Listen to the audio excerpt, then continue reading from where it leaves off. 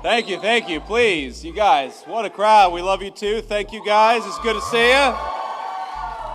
It's great to be back in the great state of North Carolina. Thank you all so much for having me. I want to thank, first of all, these incredible law enforcement officers we have behind us. Thank you all for your service and for what you do. It's a good-looking crew. It's a little hot in here. If those of you who are watching at home don't know, it's a little hot in here. And they've got their navy blue uniforms on over here. I bet they're even hotter than we are, standing up there under the spotlight, but they've done much tougher jobs, I think, before. So we're thrilled to have you guys here. And I just wanted to say to all the law enforcement who are in this building, to all the law enforcement who are watching at home, we love you, we're grateful to you, and we're always going to stand behind you. Thank you. Guys. Now, I have a few other thank yous before we get to the meat of what I wanted to say here. First of all, we're in this incredible hangar, and it belongs to Dennis and Kay Yates. Where are Dennis and Kay at? Where are you guys? Thank you all so much. Thank you guys for having us. And of course, we're also thrilled to be joined by the hangar's previous owner, Jack Rouse. So Jack, thank you so much for building this thing and for having us. It's good to be here. Now, I'm joined by one of my favorite former Senate colleagues, and that is the great Senator Ted Budd from North Carolina. Ted, thank you so much. A very good guy. And I assume we have some other Republicans in here, so are we going to send Ted Budd a great fellow senator and Michael Whatley from the state of North Carolina?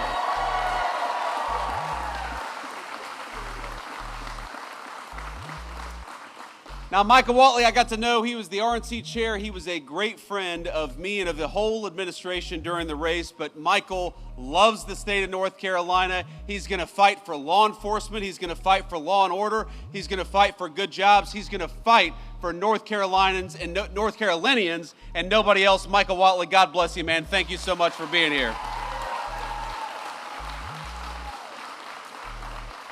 We've got Congressman Addison McDowell. Addison, where are you? Stand up and be recognized. Thank you, Addison. All right, this is your first term, right? Are you happy what you signed up for? That's good. Okay. Let's be honest, he couldn't say no, even if he wanted to, but he loves serving the great people in North Carolina and Washington. He does a very, very good job.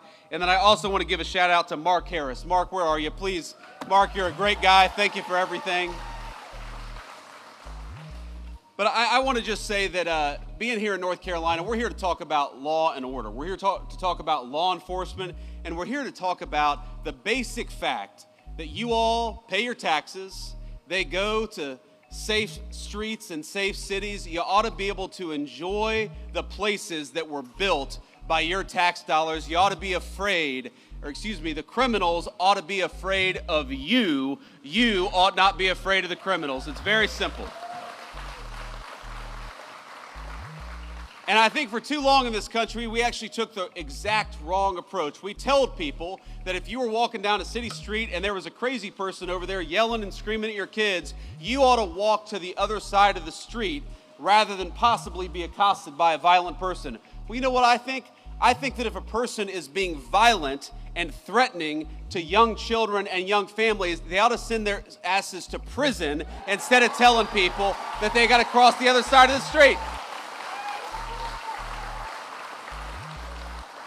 Now, and Ted is going to be mad at me. Ted is a good Christian man. He does not cuss. So, Ted, forgive me if I get a little fired up sometimes when I'm talking about this. Look, I've gotten in arguments with people before. You know, a couple years ago, I took my family to New York City. This was when I was in the United States Senate. We spent a few days there. It was a wonderful trip in a lot of ways. But, you know, every time we went to the subway, I'd have one of my kids grabbing onto my leg or afraid because there was a crazy person yelling, hollering, and screaming at a 3-year-old little kid. Why do we live like this? Why do we accept this in our communities? And the answer is because of bad political leadership. We have accepted for too long this idea that we ought to give over our streets to criminals and to vagrants and to people who are screaming at us instead of taking back our streets with our incredible law enforcement.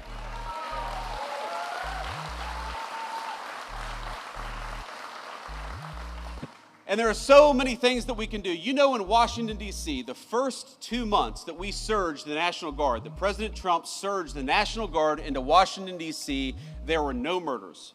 Not a single murder for 2 weeks in the streets of Washington, D.C. And you know, we have all these world leaders who come. And we'll tell them, you know, we haven't had a murder in Washington, D.C. in 2 weeks. And these world leaders will look at us and say, is that supposed to impress us? Like, that doesn't sound very good. But, you know, to Washington, D.C., which averaged last year a violent murder every other day, 2 weeks without a murder was a hell of a track record. And then we just surged the National Guard to Memphis, Tennessee. Again, a Democrat city in a red state, but where the mayor said, we are sick of our people being afraid to walk safely on the streets, so why don't you help us? And that's our basic attitude in the Trump administration is, look, we should not allow people to take over. We should not allow these violent criminals to take over city streets. And if the local government wants our help, if the local authorities want our help, then we are going to help them because we stand for American safety everywhere, whether it's a big city or a small one. Thank you, young man. So this is what it means. Being pro-law and order is actually not that difficult. There are some things we do, some issues we address that are so complicated and so challenging, but supporting our local law enforcement is actually pretty easy. It's just a question of political willpower. Here's thing number one, very simple. If our great police officers find a violent criminal and lock them up, we ought to keep them locked up instead of letting them back on our streets with a slap on the wrist.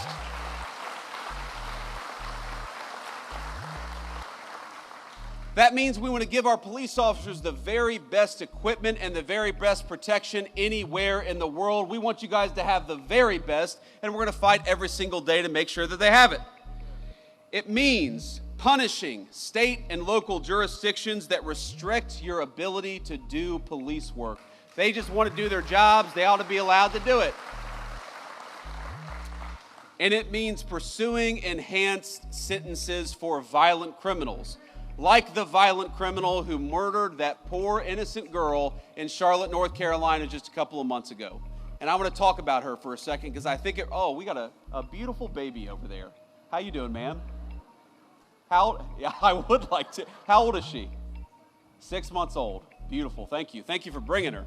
We want law and order for her above all else, right? That's why we're doing what we do.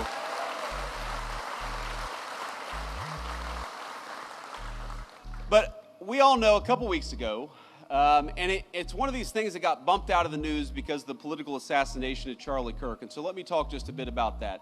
You all know Charlie. He was a great guy. He was a great husband, a great father. He believed in two things, I think, above all else. Number one, the second most important, is he believed in political debate in the United States of America, that we ought to talk about our disagreements and not attack one another over our disagreements. And he gave his life dying for that principle.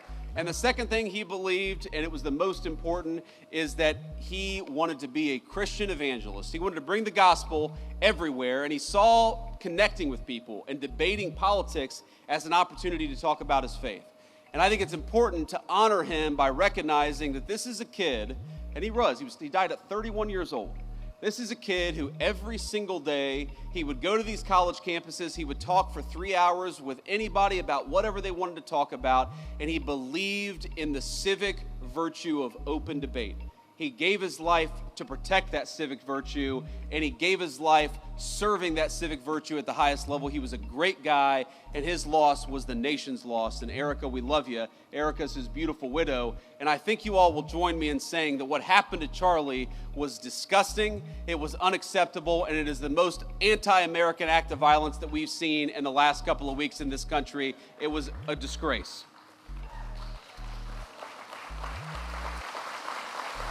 But, thank you all.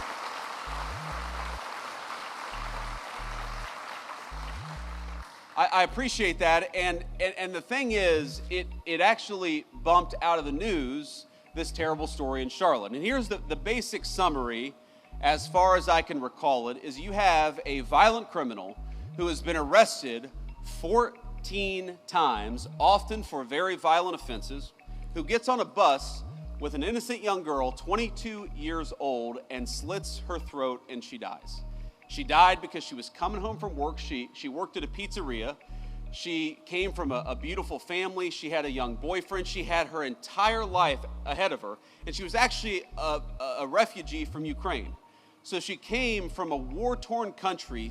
She sought shelter in the United States of America. And because of soft-on-crime policies, she was murdered here, not in the war-torn country she came from. Isn't that a disgrace?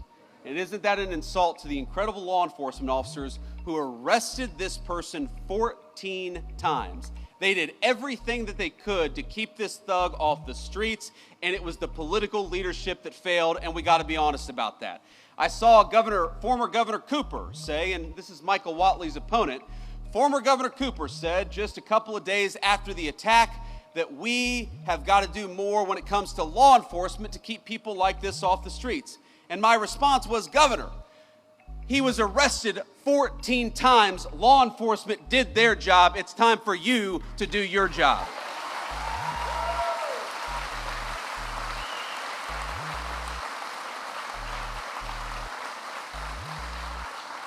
And it's so amazing to me, political Democrats, I don't think it's all Democrats. I actually think most Democrats want what most Republicans want, which is safety in their communities, but they always manage to turn issues of crime into a distraction about race. They always try to say that law enforcement, locking violent criminals up, is inherently racist. And I gotta be honest with you, that's an insult to white people, it's an insult to black people too. Because all of us just wanna live safely in our communities. It doesn't make an ounce of sense to me. But I actually, because of these Democrat talking points, I went and looked up. Do you know that in most big cities, the gross majority, over 90% of violent crime is committed by fewer than 1% of the city's residents? This is not a black-white issue. This is, we've got a small percentage of violent criminals in our communities. Democrats want to let them out of prison, and Republicans want to put them in prison and keep them there so that all of us are safe in the process. I think that's common sense, don't you?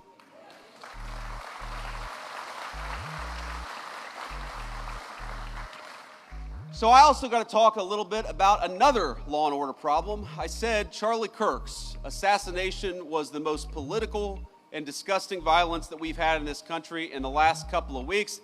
And that was true maybe until this morning, because I don't know if you all have followed the news, and we're still learning a little bit about it. But what we know is that in Dallas, Texas, an ICE facility, an Immigrations and Customs Enforcement facility, was opened fire upon by a violent left-wing extremist, a person who wrote anti-ICE messaging on their bullets, and there's some evidence that we have that's not yet public, but we know this person was politically motivated. They were politically motivated to go after law enforcement. They were politically motivated to go after people who are enforcing our border. I think that is the most disgusting thing. The very people who keep us safe, honored, and protected, and praised by Democrats and alike. It is time to stop the rhetorical assault on law enforcement. Because here's what happens. Because here's what happens when Democrats, like Gavin Newsom did, say that these people are part of an authoritarian government. When the left-wing media lies about what they're doing, when they lie about who they're arresting, when they lie about the actual job of law enforcement, what they're doing is encouraging crazy people to go and commit violence. You don't have to agree with my immigration policies. You don't have to agree with Donald Trump's immigration policies. But if your political rhetoric encourages violence against our law enforcement, you can go straight to hell, and you have no place in the conversation of the United States of America.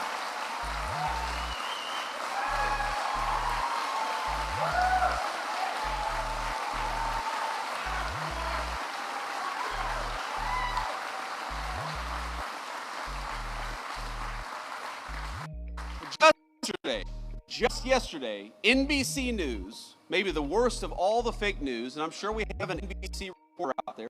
It's a tough competition, my friend. But maybe the worst, I said maybe the worst, is NBC News. And they said that immigration enforcement, you know what they said? That immigration in order to get to that girl's father. Turned out that story was a complete fabrication. It was a complete dishonest lie. But when you go around and lie about our law enforcement and you tell them that they're mistreating 5-year-old girls, what do you think is going to happen? When Democratic politicians incur doxing, when they encourage us to unmask ICE enforcement officers, when they encourage us to unmask ICE enforcement officers, what do you think is going to happen?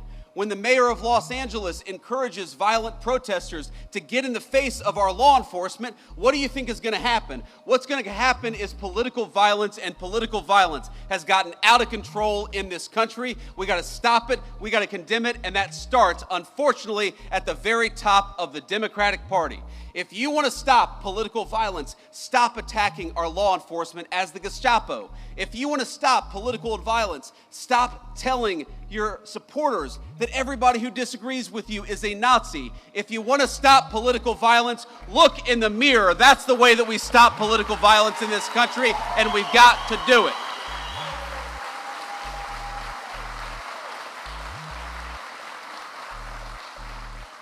And while we're all mourning and rooting for and praying for everybody who was injured at that ICE facility, and as far as we know, it looks like some of the detainees, in other words, some of the potential illegal aliens, were some of those who were affected. Look, just because we don't support illegal aliens, we don't want them to be executed by violent assassins engaged in political violence either. So we're praying both for our ICE agents, but also for everybody who's affected by this terrible attack.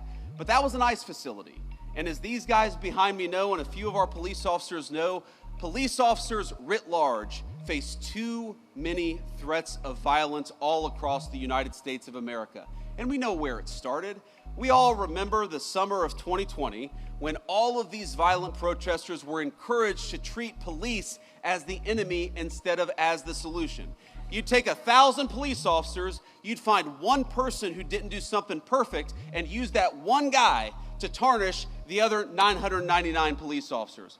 Well, I would like everybody, whether a Democrat, a Republican, or an independent, especially those in political leadership, can we all just agree that our police officers are heroes, that they are public servants, and that the first and most important step of keeping all of us safe is to keep our police officers safe, because they are the thin blue line between civilization and chaos. Thank you all.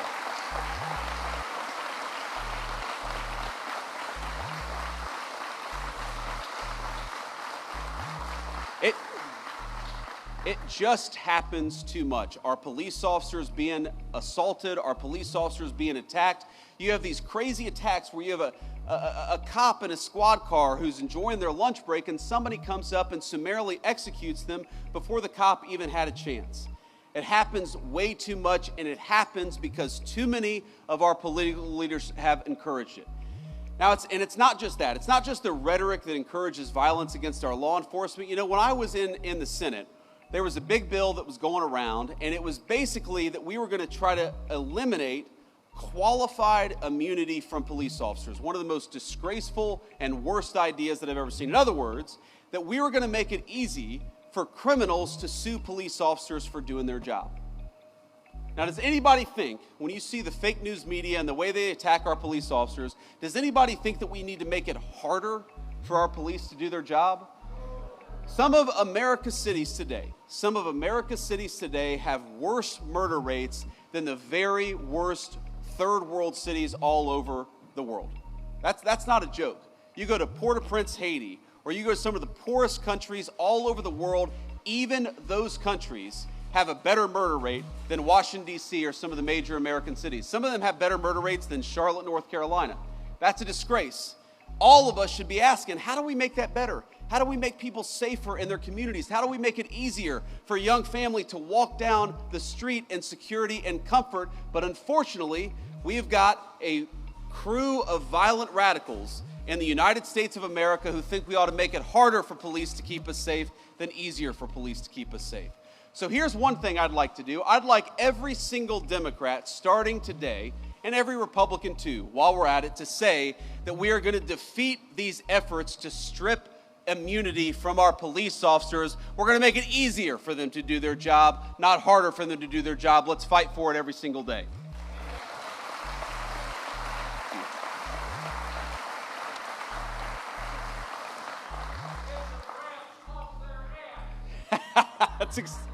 That's exactly right, sir. That's exactly right. You can say that, but I can't. I've hit my quotient. for cuss words today. I don't want Ted Budd to disown me, so I'm not going to say that, but we can run the clip back later. But let me just leave you with one final thought here. Look, I was asked earlier today by a reporter I actually like, but a reporter who said, well, don't both sides have crazy people? And of course, obviously, country of 330 million people, of course, both sides have crazy people. But if you look at the political violence in our country over the last couple of months, the last couple of years, it is not a both sides problem. It is primarily on one side of the political aisle. So, if we are going to truly go after the political violence in this country, we need the Democratic leadership of Washington, D.C. to look in the mirror. We need them to renounce all political violence. When a poor kid like Charlie Kirk is gunned down in cold blood, we need them to start with condemning the violence instead of condemning something that Charlie Kirk said that they disagreed with. When you have an entire network of left-wing organizations that encourage, that promote, and that apologize for violence, you know what you're going to get out of it? You're going to get political violence. So here's my sacred obligation to you, to all the law enforcement, but every person, whether they wear a uniform or not. Over the next couple of years, the Trump administration is going to do everything that we can to dismantle the networks, to destroy the funding, and to make it harder for people to kill one another just because they disagree with what somebody says. That is what we're going to do. We're going to fight for it.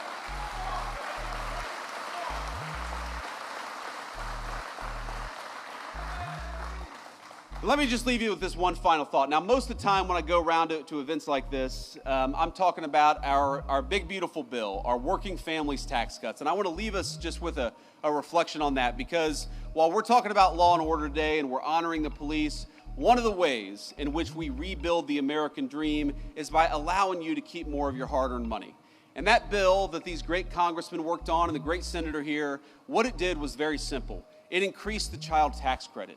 It meant that we're going to increase take-home pay by about $10,000 over the 4 years of the Trump administration. It means that if you're working on tips or if you're working an overtime shift, the government is going to take less of your money. And I think that's a pretty good idea, because if you're working hard, I think the government ought to keep its hands out of your pocket. We're going to do all those things. Because I believe the American dream is fundamentally about this principle. It's about the principle that for all the parents and grandparents out there, and I'm now the parent of 3 beautiful young kids, I just want them to have a better life than the life that I have. That, to me, is the core of the American dream. The promise that if you work hard and play by the rules, we're going to give our kids and we're going to give our grandkids something that's just a little bit more prosperous, a little bit more secure, and a little bit more proud than what we were given when we were kids. That is, I think, our sacred obligation. That by inheriting a great country from our parents and grandparents, we got to pass on something even greater to the next generation. But none of that matters without law and order and public safety. How can you have the American dream if you can't walk down your neighborhood in safety? How can you have the American dream if you're worried about getting mugged when you're taking your family out to a nice meal downtown?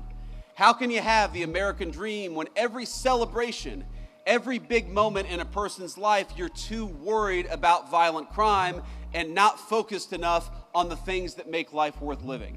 One of the things that we have got to get back to remembering is that if we want to preserve the American dream, we've got to preserve the right of everybody, rich or poor, to live in safety and security in their neighborhoods. You know, when I grew up in Middletown, Ohio in the 90s, we didn't have a whole lot of money. I was raised by a woman who struggled very often to put food on the table and clothes on her back. Mamaw. Everybody loves Mamaw. Most of all me. But you know what? For all of the problems that we had, for all the times that Mamaw was worried about where our next meal would come from, for all the times that Mamaw was sometimes terrified that she wouldn't be able to make an important bill payment, we never worried about public safety.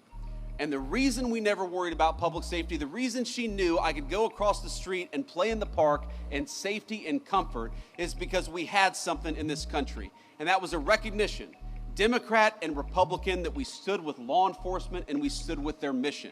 It didn't matter what your political affiliation was. We wanted to support people who kept our communities safe.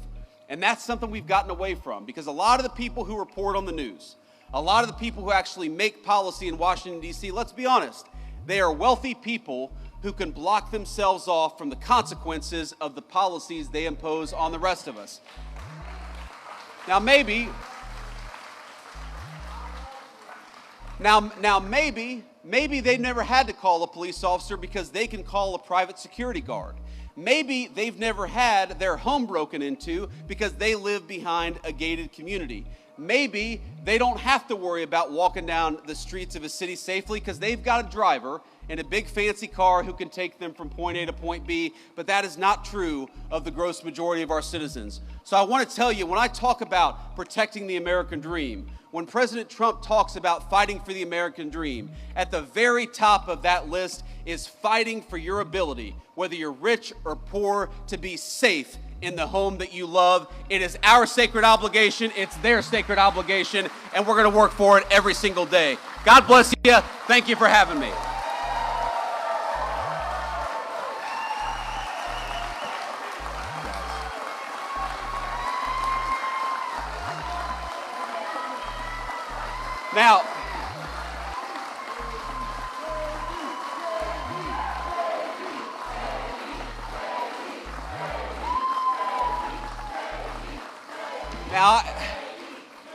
Now I forgot. I told the fake news, and I'm sure there's some real news back there. I told them I'd take a few questions. So I'm not getting out of here just yet. We'll take a few questions from the reporters. I would prefer to start with some of the local North Carolina folks, and then we can take some national questions after that. Do we have a microphone back there? Hey, Vice President. I can't see you. Over here. Yes, Mr. sir. Vice President, Thank you for taking questions from us, and thank you for visiting Concord. You referenced the awful death of Irina Zarutska. I'm just curious, have you had the chance to watch that awful video that was released by Katz, and what your thoughts are after viewing it? Well, yeah, I've honestly seen a lot of gruesome footage, some involving my friends over the last couple of weeks, but the footage of Irina getting stabbed to death is very hard to watch. And I have not seen the whole video from start to finish. I had to cover my eyes for part of it because it is so gruesome, and maybe I should just stare at it. Maybe all of us should stare at it to know the kind of evil that we're actually confronting, because what happened to her was really, really disgusting, and I think it comes from a deep and dark and evil place that exists, thankfully, in a very few number of people, but those people we ought to lock up in prison so they can't get anybody else. But when I saw that video, you know what really got me as a father? I've got 3 little kids, 2 boys, and my youngest is a baby girl. She's 3 years old. She is the apple of my eye, as you dads will know. Daughters just have an effect on us. They get away with more stuff. They don't they? It's kind of annoying, actually. She gets away with things she should not get away with, that her brothers would never get away with. But I look at this girl who's 22 years old, and I think to myself, I would love for my daughter to have the kind of life where she never has to worry about that.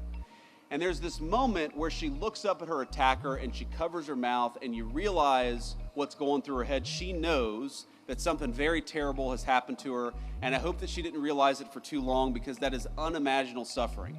But if you're a man, I don't care what skin color you are, I don't care whether you're rich or poor, but if you're a man and you see the pleading eyes of a girl looking up for protection, then we have to protect our girls and our women in this country.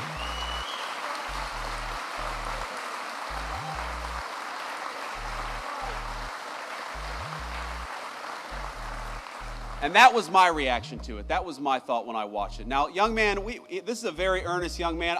He doesn't look like a journalist to me, but go ahead and shout out a question, because I'm not going to deny that level of energy and that level of passion. First of all, what's your name?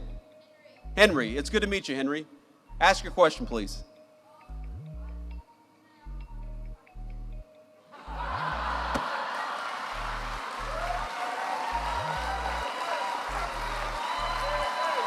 Come up here.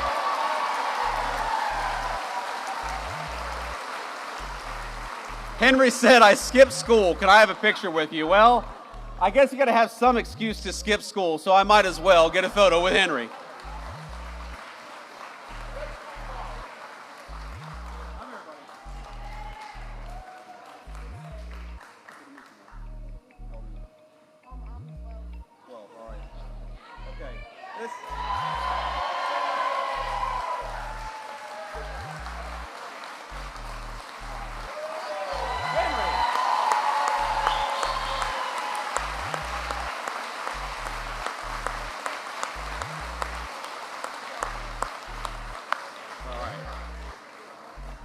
Yeah. Now the next reporter is going to be, hey, I'm from CNN. Can I get a photo with you too?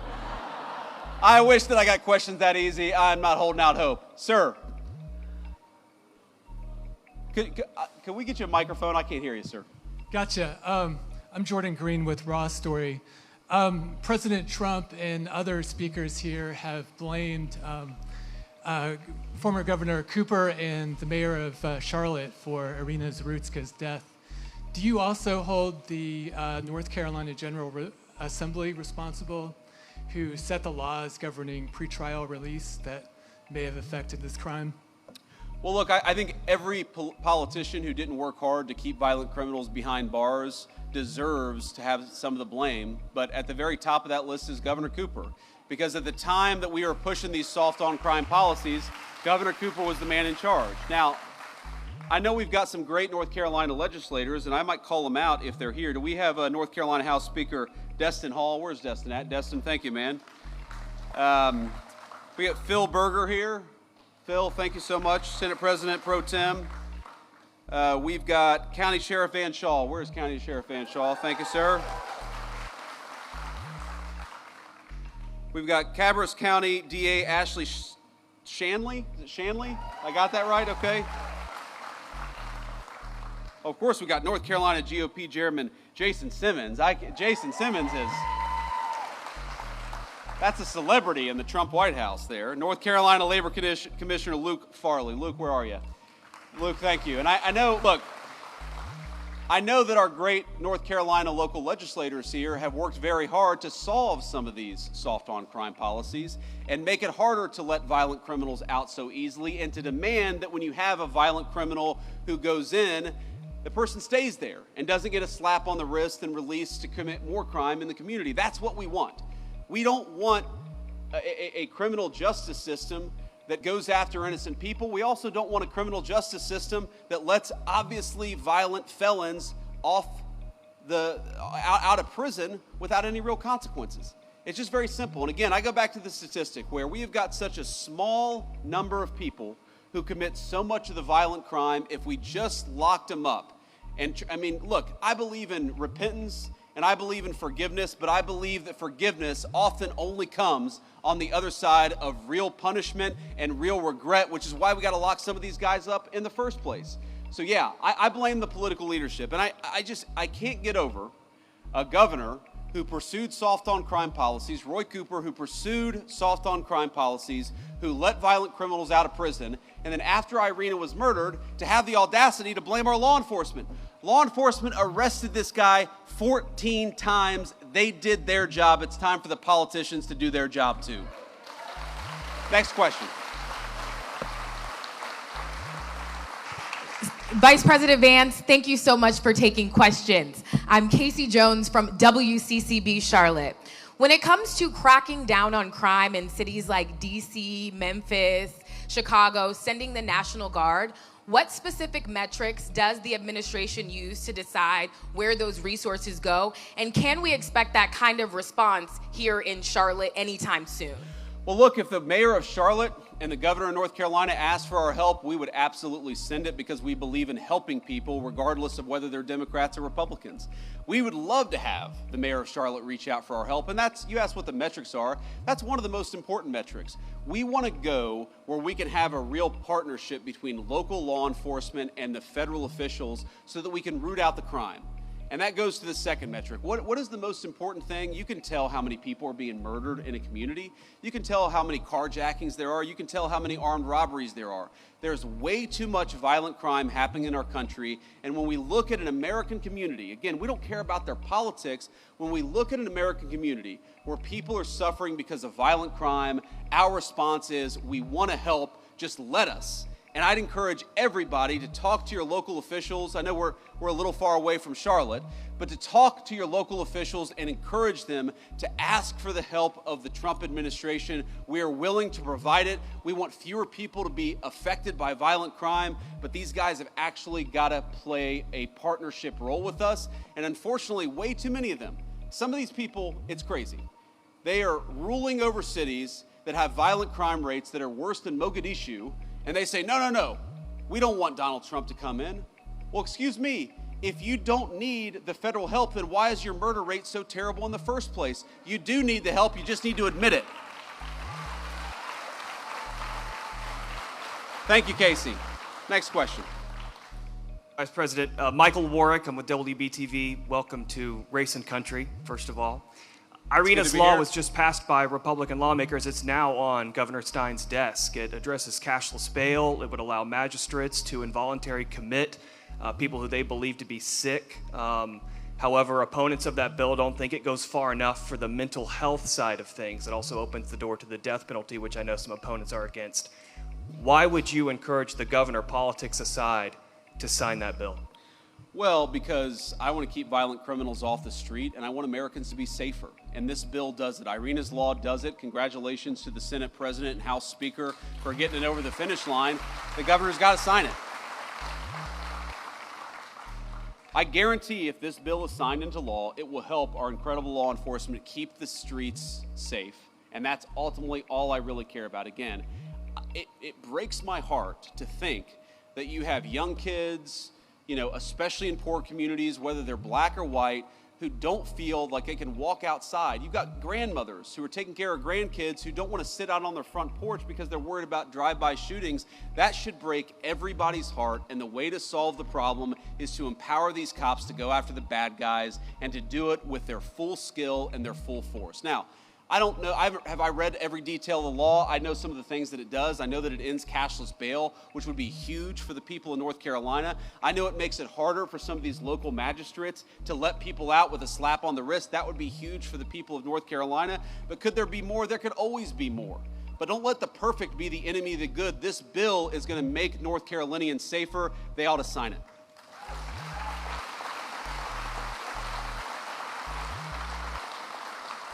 Hi, Mr. Vice President. It's Kit Maher representing the White House TV pool today. I just have two national questions for you, if you'll allow it. Go ahead. Number one, on Ukraine, President Trump said that Ukraine can fight and win back its territory. Could you explain the shifting stance there from stopping the bloodshed immediately, ending the war, and now saying that Ukraine should fight?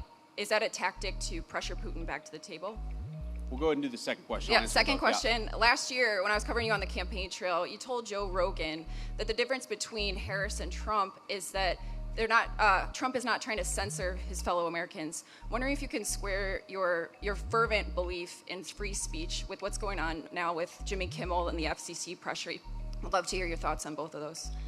Well, look, on the free speech conversation, I'm pretty sure that Jimmy Kimmel was back on the air last night, and to the extent that he's not back on the air, it's because he's not funny and has terrible ratings. This is not a federal government problem. This is...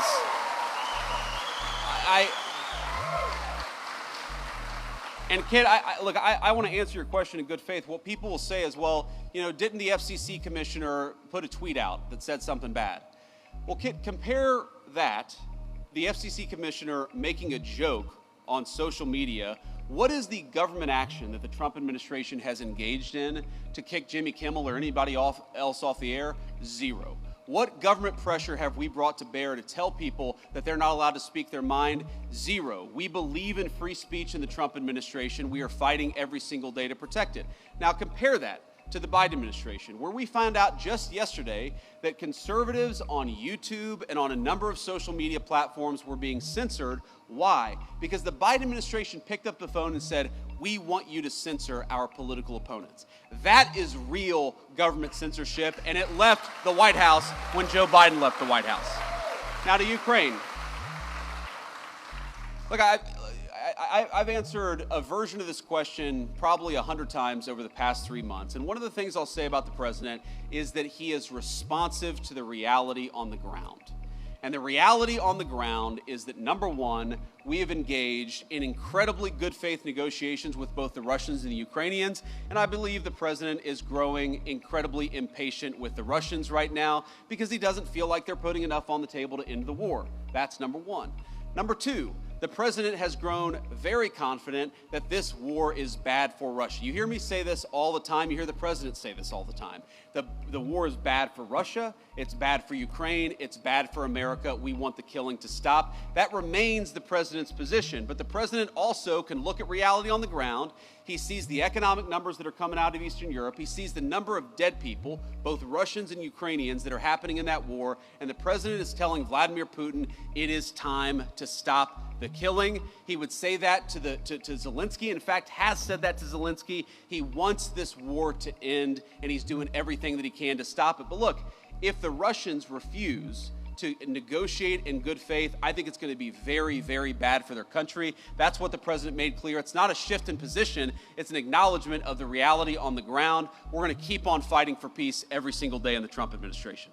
And I'll do one more question here. Another question. Sir. I want to take it from you.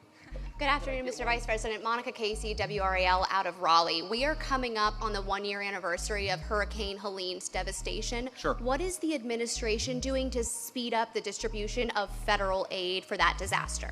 Yeah, so just in the last week, the Secretary of Homeland Security put another, I believe, $64 million into the disaster relief effort. We inherited, I'm going to be honest with you, a FEMA that was mired in bureaucracy and red tape.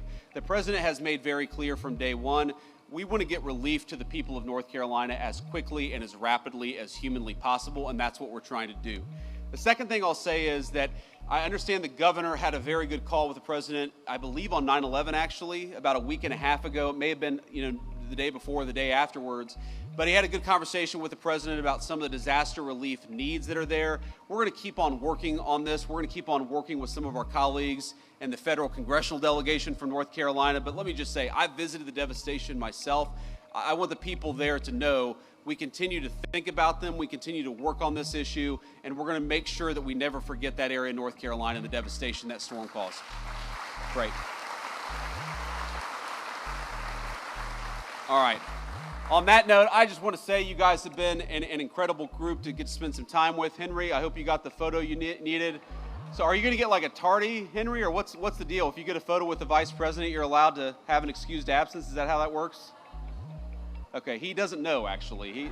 Henry is not as confident in that question as I would have hoped, but it's great to meet you, my friend. It's great to be with all of you. Just remember, we've got a very, very important job, and each and every single one of us has a role to play. To our law enforcement, thank you for the job that you do. We're going to keep on fighting for you in the Trump administration. We're going to keep on fighting for safety and security all across the state of North Carolina. God bless you. Thank you for having me. Detroit Auto Worker, let me thank you for your time.